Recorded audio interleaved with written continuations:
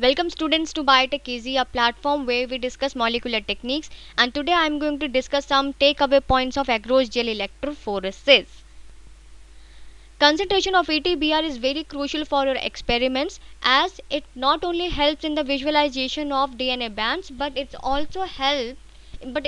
also responsible for the migration because it decreases the migration. It affects the frictional coefficient and it decreases the migration. So you should be aware of what concentration of ETBR you are using in your gel. The stock bottle, it has 10 microgram per microliter concentration. It means if you are pipetting out 1 microliter from the stock bottle, it will have 10 microgram of ETBR in it, and the working concentration should range between 0.2 to 0.5 microgram per ml of agarose. It means whatever agarose you are making, per ml it should have 0.2 microgram concentration of ETBR or 0.5 microgram concentration of ETBR. Suppose you want to have 0.5 microgram concentration of ETBR in your agarose per ml of agarose, and if you are making 100 ml of agarose, then you should have how much ETBR concentration according to 0.5 microgram? 100 ml will be having how much? Just multiply it by 100. It will come 50 microgram ETBR in 100 ml of agarose, and for 50 microgram of ETBR you have to pipe it out how much from the stock. See, the stock bottle, there it is indicated that if you are pipetting out 1 microliter, 1 microliter will have 10 microgram of ETBR. So for 50 microgram of ETBR you have to pipe it out, just multiply it by 5. It means 5 microliter from the stock bottle you have to pipe it out and then mix it into the gel. So this I forgot to explain in my previous video, so I am explaining it here. Next thing, that this is the electrophoresis unit of BioRad. We have power supply where from where we can set the voltage, whatever voltage we used to apply. Generally 110 voltage is set, and what is recommended is that per centimeter of the gel the voltage should be 5 volt. Then you can see the black and red cathode and anode. Then you can see the gel plate with the gel. See, the gel with the wells, it is placed closer to the cathode. As I have told you, the DNA migrate from cathode to anode. That's why always the wells are placed near to the cathode, the black electrode. So you should be careful by placing your gel. You should place your gel in the right direction. If you are placing the wells towards the anode, then there will be no migration and no bands will be seen. Now this gel plate is placed over the tank buffer, sorry, the tank, and this tank is filled with the running buffer, the 1x TAE that I have explained you in the previous video. Then the whole thing we have to close it with a lid in order to prevent evaporation due to the current. Ladder is a mixture of double stranded DNA fragments of different sizes, as I have explained. Now commonly used ladders are 100 base pair ladder and 1 kb ladder. 100 base pair ladder has total 13 fragments ranging from 100 base pair and the highest fragment of 2000 base pair. Now this 100 fragment with 13 fragments in it, it has some reference bands. Total there are 3 reference bands. First reference band 600 base pair, second reference band at 1500 base pair, and third reference band correspond to 2000 base pair. So these reference bands help us to quickly know the fragment size of our sample. So we don't need to count from the last band, which is 100, then 200, then 300. If our band is coming just above the 600 band, then we can directly count from this 600, then 700 and 800. So these bands help us to know that our band correspond to which band in the ladder. So it helps in the identification purpose. All bands in the reference have same intensity and its concentration is 0.5 microgram per microliter. It means if you are pipetting out 1 microliter from the ladder, then it will have 0.5 microgram concentration. Generally 1 microliter to 2.5 microliter ladder we used to load into the well, not more than that. And second thing is, we don't mix ladder with 6x loading die as we were doing with the samples, because the ladder, the company providers, they provide the ladder with a loading buffer in it, so we don't mix ladder with the 6x loading die. And you have to store the ladder at minus 20 degrees Celsius, and whenever you want to use it for your gel runs, you have to take it out, thaw it, and then use it. Now here comes the 1 kb ladder. It also has the same concentration of 0.5 microgram per microliter, and it has 18 fragments. The smallest fragment correspond to 100 base pair, the largest fragment correspond to 15,000 base pair, and it has just one reference band of 1500 base pair, and you have to store it at minus 20 degrees Celsius only. Here the ladder that I had discussed, they are from Invitrogen company, and you have to keep this in mind that different companies have different fragment length, starting fragment length, and they can have reference band at different base pair size. So whenever you are using a ladder, just Google the company and the ladder, that so that you can know that whichever company ladder you are using, it correspond to how many reference bands, and those reference band correspond to which base pair. Okay, because here the 1 kb ladder is having reference only one reference band at 1500 base pair. If you are using some another company ladder, then it can have 2 reference band or 3 reference band corresponding to different base pair length. So before proceeding, or before putting base pair length to your products, just make sure which company ladder you are using. Here I have explained Invitrogen 100 kb and 1 kb ladder. The buffer that we are using in the tank, it has some purpose. First, it gives stability to DNA. How? Because of its pH 8, and then it helps in maintaining the electric potential that we have set in the power supply. Buffer contains ions, and they establish the uniform electric field between the two electrodes.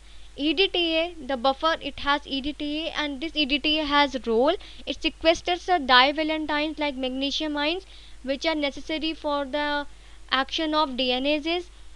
So DNases are enzymes that degrade your DNA.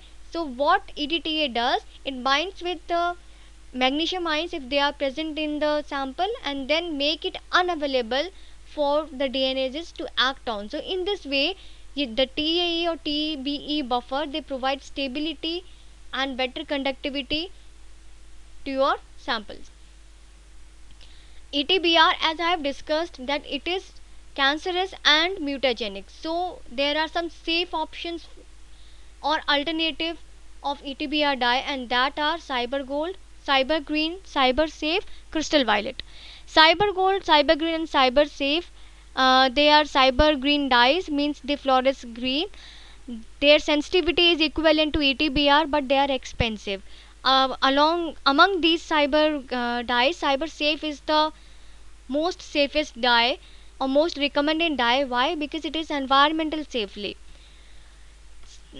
Crystal Violet doesn't require UV for its absorption and fluorescence, and Crystal Violet is less sensitive than ETBR. When I am talking about sensitivity here, it means then that ETBR is able to detect small amount of DNA, whereas with Crystal Violet you will not be able to detect small amount of DNA. If your DNA concentration is less or low, then you can't visualize it with Crystal Violet. But ETBR or these Cyber Gold, Cyber Green, and Cyber Safe, they are equivalent sensitive to ETBR, and they can detect DNA even if it is present in small quantity. So this is what sensitivity means here.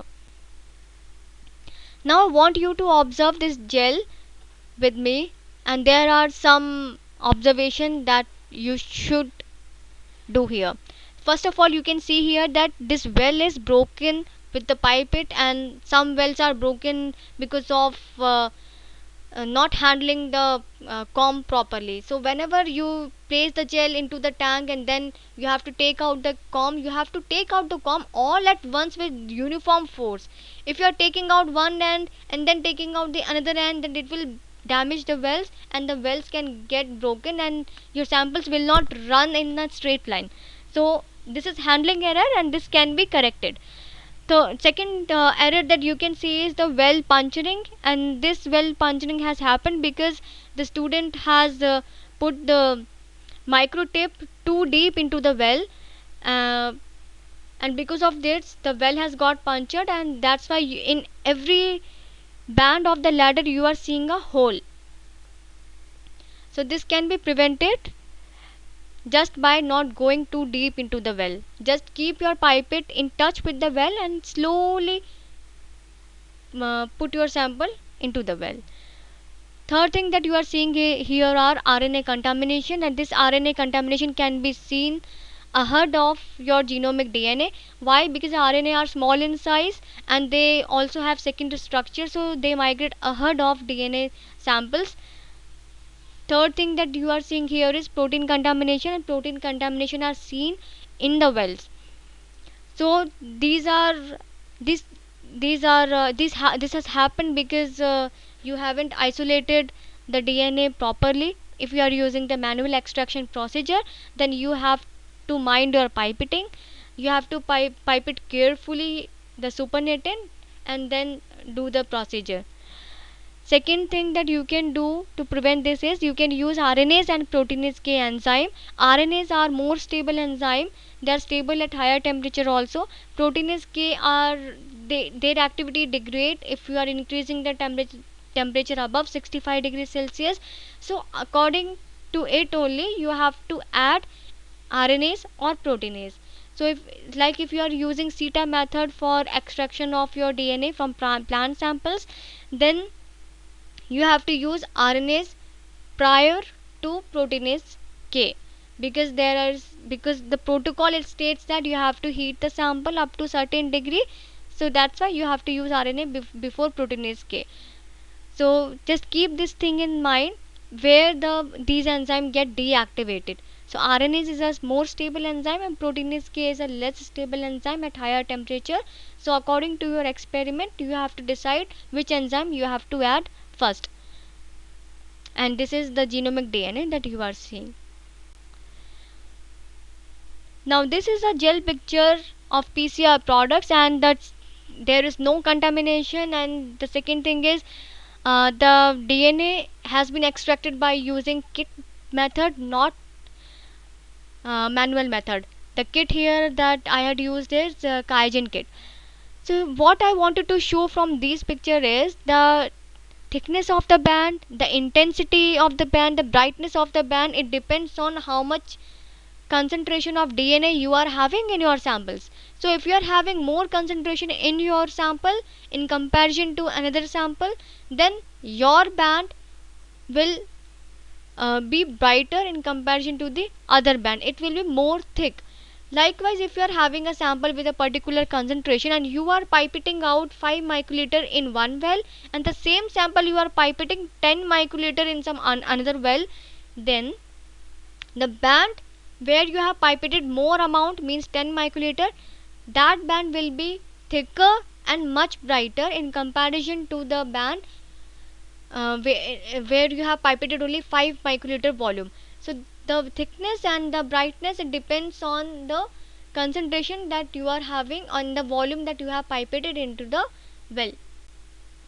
Let us solve this one question. If you are able to solve this question, it means you have got some expertise in agarose gel electrophoresis.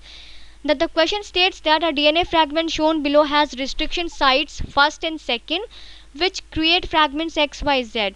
Which of the following agarose gel patterns represent the separation of these fragments? So here they have given you a DNA and it has two restriction site which is dividing this DNA into three fragments X, Y and Z.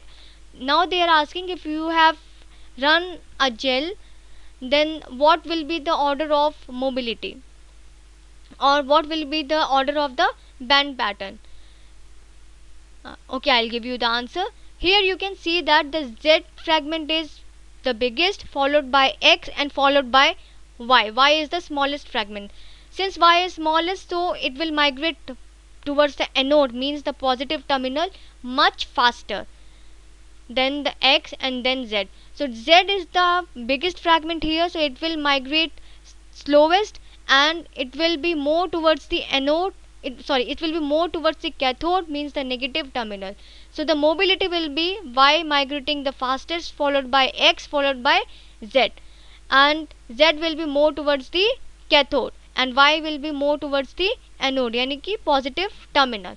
So the correct answer here is B.